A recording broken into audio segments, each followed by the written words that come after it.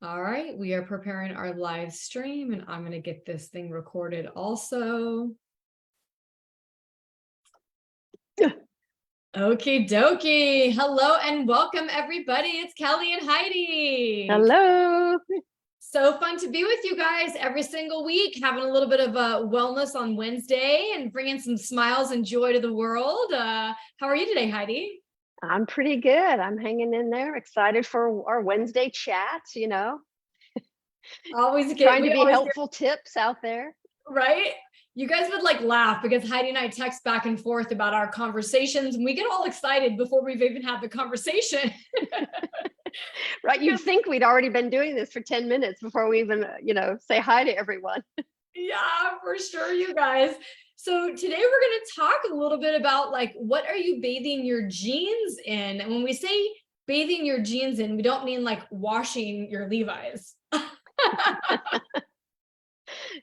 It's a little bit of the same action, but different at the same time. Yeah, same, but different, because we are going to talk about your genes. And I think everybody really, if you haven't heard people say this, then I'm not sure where you've been hiding, but now people know that your genes no longer determine your destiny, right? It is not your fate. It is not like, oh, poor me, this is what I've got. I'm the perfect example.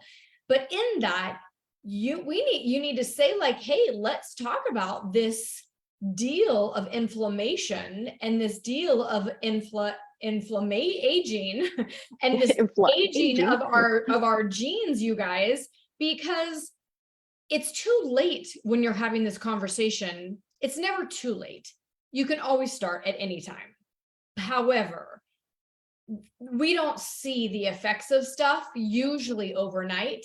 It's these small habits over time which lead to something showing up that's from these things that we've been doing for a long, long time. So yes, it can show up right away. However, typically it's what we've been doing in our life prior to that.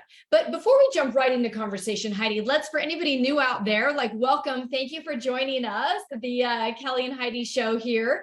But we're going to give you a little introduction about who we are, and you'll get to know us a little bit more. So Heidi, take it away. Yeah, I'm Heidi Ratzville. I'm an ND and certified in functional medicine. I've been in practice over 20 years. And I come into practice into functional medicine or functional, more alternative health through an athletic background. Having to been university, I was track and field athlete, javelin scholarship, an injury put me into bike racing, and in Europe is where I did my bicycle racing. And that's where I really was opening my eyes to the different modalities that you can use and how important food and diet and recovery and rest and all these things are to a higher echelon athletic performance. And when I retired, I thought, why is it only reserved for higher echelon athletes? Anybody can do this. It's not rocket science, it's implementation. And so when I retired, I went back to school, did all these degrees, met Kelly, and now we're bringing it to you. Heidi, absolutely love it. I'm giggling because Heidi just said all these degrees, because we were just talking about all the certifications and degrees and everything that we've had over time. It's just like, oh my goodness gracious. So hey, you guys, my name is Kelly Lubsha, and I'm a high performance health coach. And wellness is my jam. I have had a background as a physical therapist for 28 years. And I've really taken my love for health, wellness, fitness, anti-aging, longevity from my journey of going from 40 to 50 to really want to feel more vibrant today than ever before.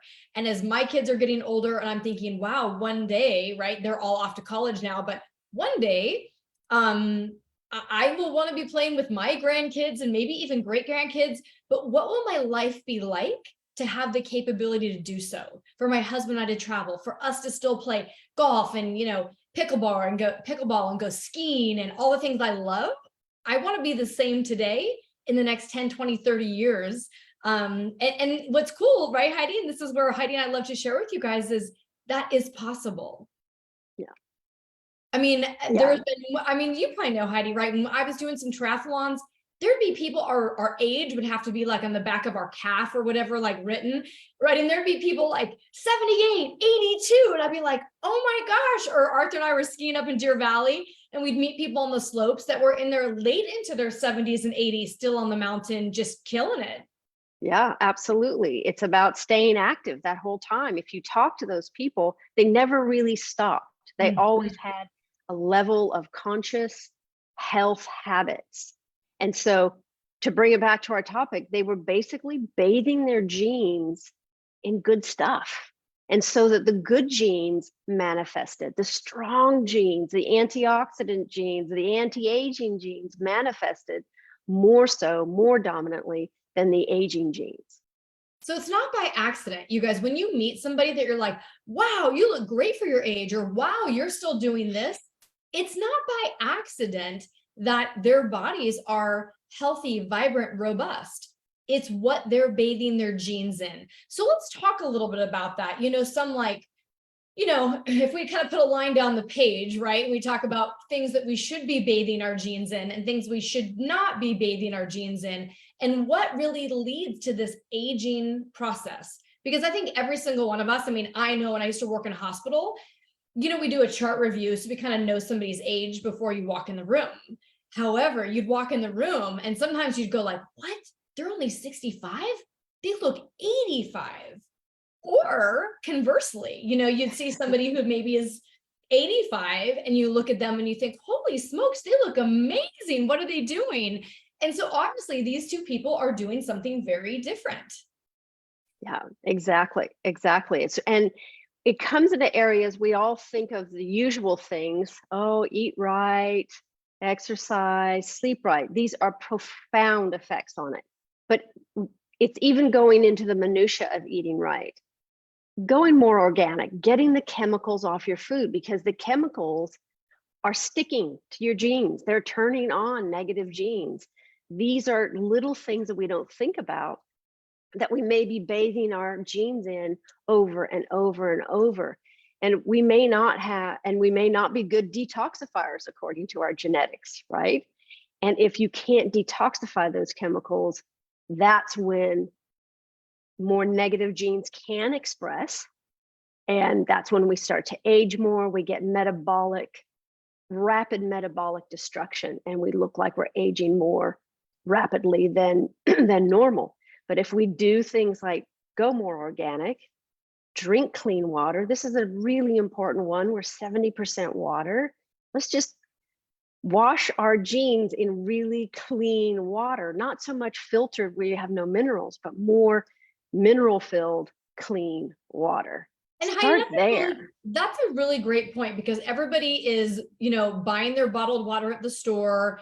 The bottled water is coming most of the time already in plastics, but most people don't understand the difference between drinking water, filtered water, how they're losing those minerals. So what would you give advice to people? Because yes, we're all drinking our water, and many people think they're doing the right thing because they just don't know what to look for. So what, like a tip or two on water, would you tell people to look for when they're choosing water?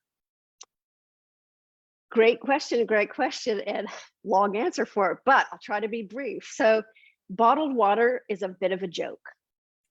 It's kind of a scam. It's a scam. Let's just say it. Let's just put it out there, right? Right. It's a scam because there is a percentage of tap water in those filtered waters. So we're still getting the chlorines, we're still getting some of those chemicals. A lot of them have been reduced to a acceptable level.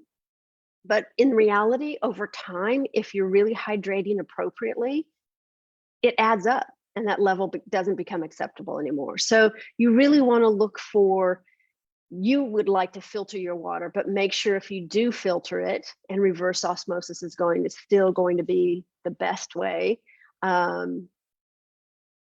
You want to add minerals back into that water, because minerals in our water, and if you could go to a mineral place where you can get mineral water, it's generally much higher in their minerals. That's why it's called mineral water. But those minerals will find the minerals in your body and will pull them out and so you can utilize them more.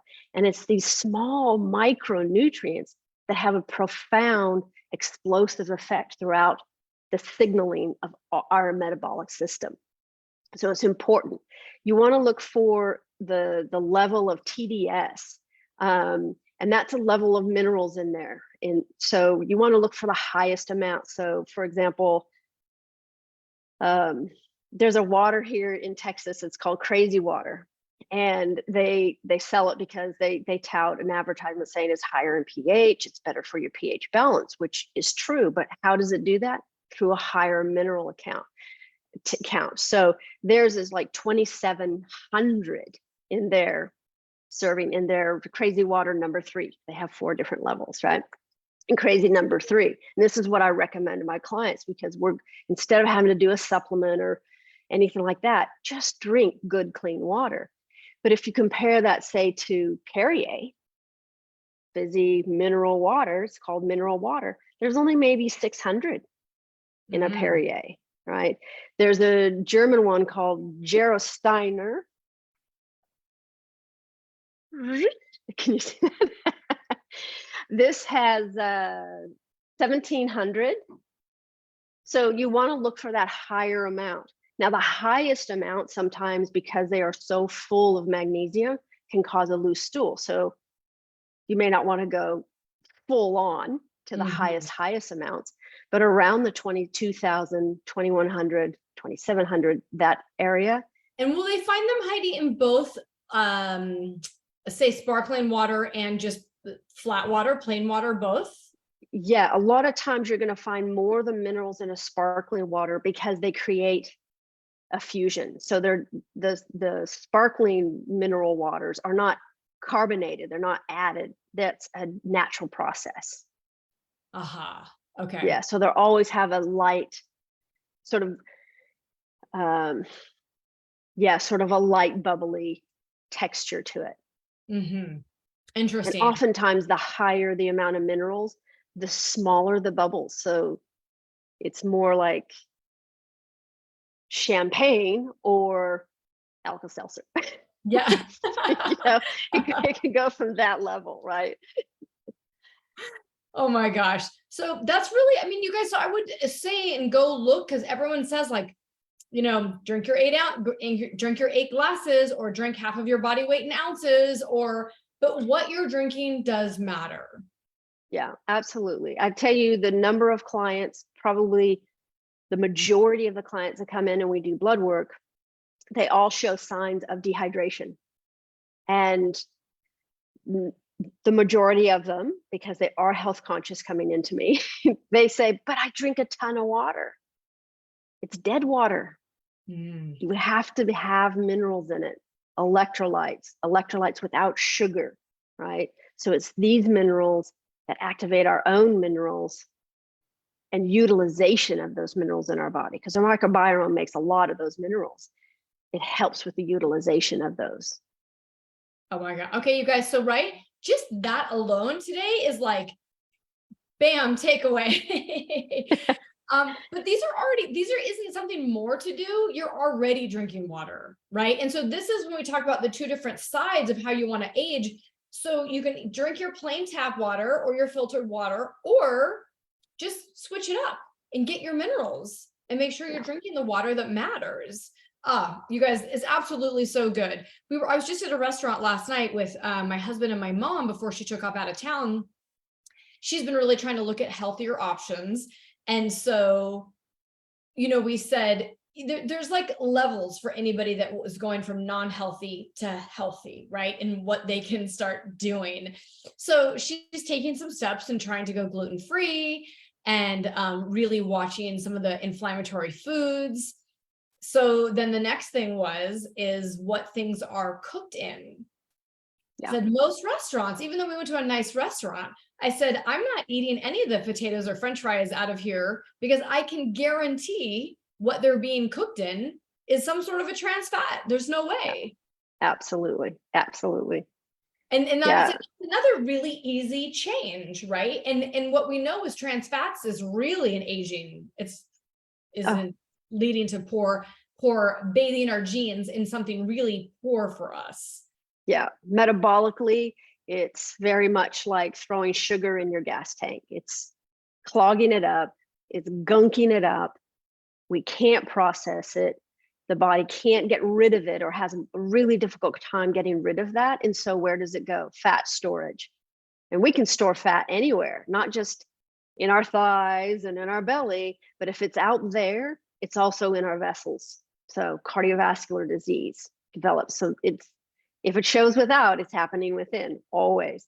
One of the things with water as well is people with high blood pressure are oftentimes dehydrated, because dehydration raises your angiotensin and it's going to increase your blood pressure. So if you're hydrating well with plenty of minerals, that keeps that blood pressure down. Yeah. Oh, it's such a great conversation, you guys, because most of us go out to eat and you do get a side of French fries or potatoes or something. And let me tell you, the crinkle fries on my husband's plate looked really delicious. And my fault is I just have like a tiny little bite, but what that does to you, it's almost worse, Heidi, right? Because then you get like all these, the flavors and the taste, and your brain gets these sensations and your body immediately wants more. And it's just like, I would have been so fine without it. I shouldn't even have had one taste. So that's the thing, you guys, is you may only really want 3 or 4 potatoes, but you're going to end up eating your whole plate because your palate thinks it's great. Your body later and your brain will not be so happy with you. Right. It's a very temporary enjoyment for a much longer lasting, not so enjoyable effect. Yeah.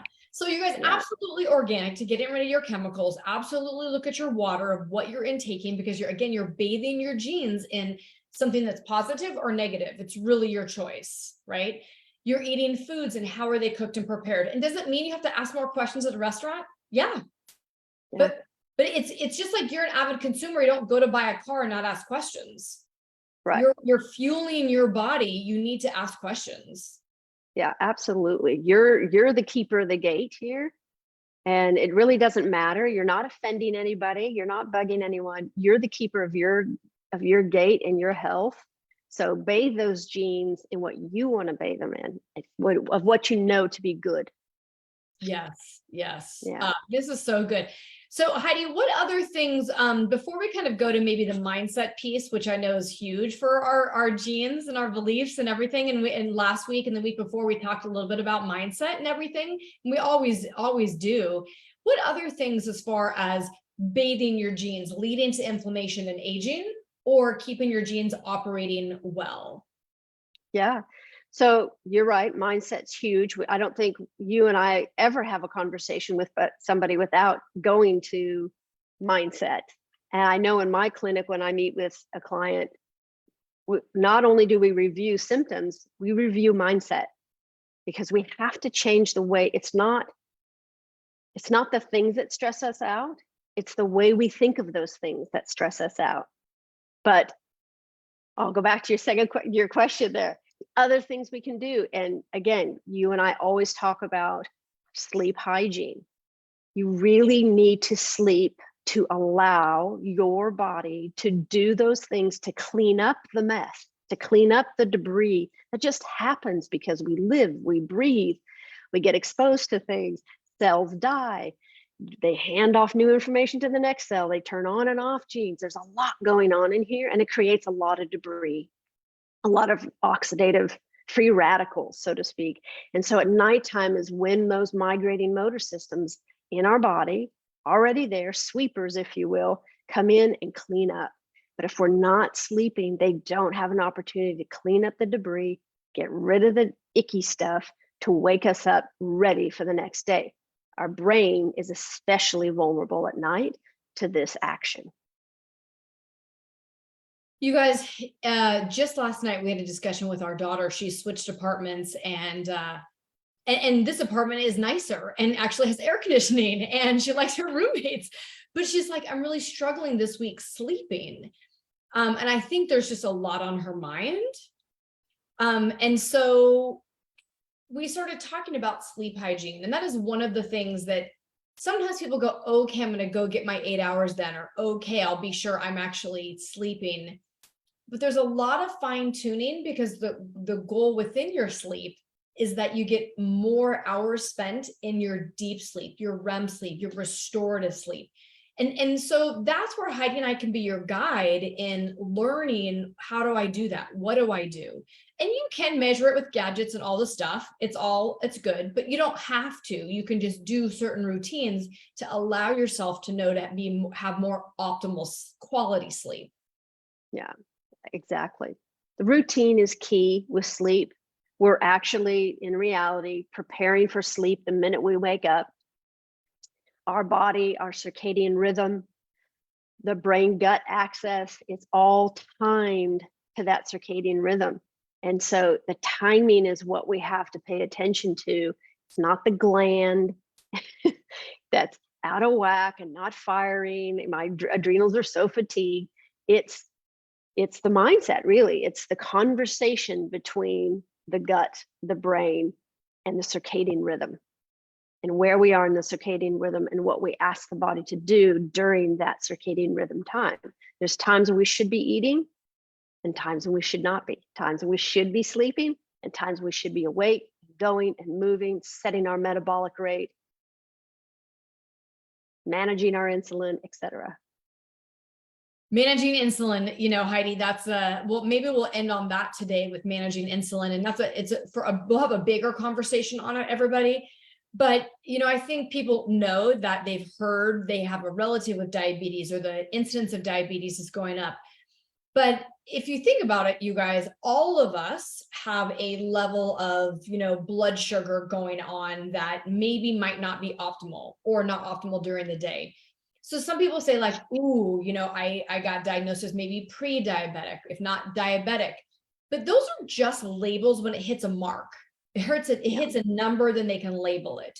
You want to think that we all are in some state of potentially pre-diabetes. It's all your metabolic health. What is it?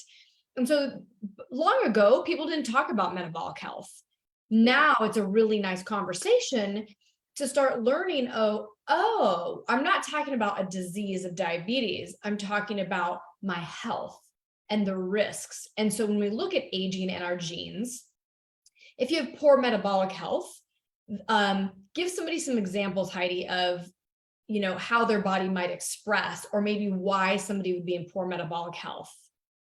Yeah. So how poor metabolic health will express is eating a low calorie diet, yet you're gaining weight, tired all the time, no matter what you do or how much you sleep, joints aching, brain fog, depression, anxiety. Both those two things have an uptick. This is metabolic, or poor digestion. Elimination is, I have one bowel movement a day, maybe, that kind of thing. And I will tell you, that's almost every single aging woman I talk to, what you just described. I mean, to the T. Yeah, exactly. And if you want to, say, manage your hormones, it's amazing when you look out there, the number of tricks and things that you can do for your hormones. We'll fix your hormones. We'll just fix you. We'll just get you more hormones. But throwing dirt into more dirt or a mud path doesn't change it, right? Managing your insulin will do more for managing your hormones than anything out there.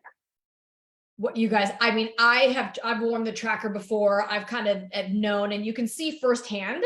So I would ask your doctor, like, hey, can you prescribe me one? Your insurance may or may not cover it. If it doesn't cover it, I would just say, just use one for like a couple months and see what foods, what combination of foods, the order of food, exercising after you eat, all these different things, experiment to see what does it do for your blood sugar. It's really fascinating that we all can eat the same thing at the same time in the same combination, and what each other's blood sugar is different. Exactly. Our body responds. Exactly. I haven't had a client who did that, tried it, some reluctantly, some wholeheartedly, but they all had light bulb moments, aha moments of, I had no idea that this did this, or when I exercise, it took me this long to recover. And so it's not just looking at the insulin, but it's the whys. And is it food? Is it stress? How are you thinking? I slapped one of those puppies on, and I'm gonna sail through this, right? Because I pay so much attention to that. And it was true. My insulin was steady all the time. But you know what was key? It was steady at 100 all the time. It's a little bit too high all the time. So because it wasn't going up and down, it wasn't about what I was eating. I had to really think about this, right? It wasn't about what I was eating. It's not about my exercise. It's about my stress thoughts, the stress level. I started taking more attention, getting more opportunities to meditate and really meditate on, what are my thoughts about these things? What are these subtle thoughts in the background that are causing me to have this constant level of stress? I worked on that, and it went back down, and it stayed around about the 93, 94, which is where you want to be. But it took a while. It took about a month of really having a targeted meditation, catching myself on my stressful thoughts. And that was alone, because when cortisol goes up, insulin goes up. And that's the correlation between stress and insulin. So eating with a clear mind, with friends, and really enjoying the food, not rushing through it, not thinking about the next thing you have to do, is also important, because that then raises your insulin as well, the cortisol and stress response. It's so much, it's so far, it's so deep. You need Kelly and I to help clear this for you. You'll love it once you get into it.